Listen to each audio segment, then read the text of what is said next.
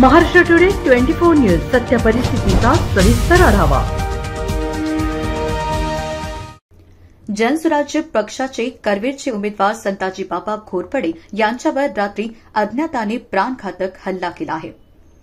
कोल्हापूर जिल्ह्यातील करवीर विधानसभेसाठी काँग्रेस, एकनाथ शिंदे शिवसेना व जनसुराज्य पक्ष अशी तिरंगी लढत असतानाच काल रात्री प्रचार करण्यासाठी गेलेले जनसुराज्य पक्षाचे उमेदवार संताजी बाबा घोरपडे यांच्यावर काही अज्ञातांनी प्राणघातक हल्ला केला असून ते या हल्ल्यामध्ये जखमी झाले आहेत। याबाबत कळल्यानंतर पोलिसांनी गुन्हा दाखल करण्यात आला आहे। महाराष्ट्र टुडे मराठीसाठी ब्युरो रिपोर्ट किरण मस्कर, कोल्हापूर। आजच महाराष्ट्र टुडे 24 न्यूजला सबस्क्राइब करा आणि सत्य परिस्थितीचा सविस्तर आढावा पहा।